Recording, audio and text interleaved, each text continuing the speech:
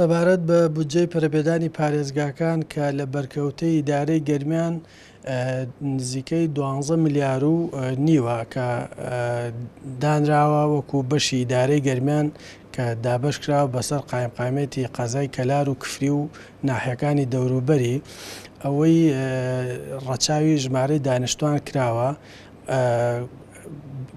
بایەخی زیاتر دراوەتە ناو شارەکان و شارەوانی و ئاو لەگەڵ ڕێگەسازی بۆ نمونە گوێ لە شارەوانی گیرا بزان چ پرۆژەیە گرنگە بۆ شەقامەکان و جوانکاری ئەوان. باشە پرۆژەی استراتیژی لەم 12 ملیارە هەیە؟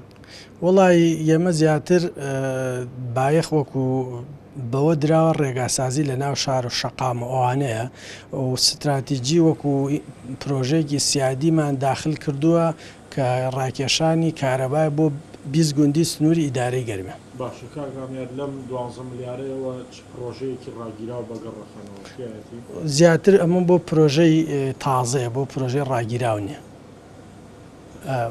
بەس بە هەر خەڵکی تری زافاکەم ئەم بودجێش کاتێ جێبەجێگری ئەگەر حکوومەتی عێراق بودجەکە بنێرێ ینی پارەکە ئەگەر پارەکە نەنێرێ ئێمە ینی هەروەکو بودجەیەکە و دانرا و بۆ دڵنیایی ئەگینا ئەگەر پارەکە نەیە ئەمە ئەم پرۆژانە هیچی جێبەجێ ناکرێت. تقریبا چەند پرۆژە وەڵی ناڵێم بە تقریبان 15 پرۆژێ بە قەزا و ناحیەکانە.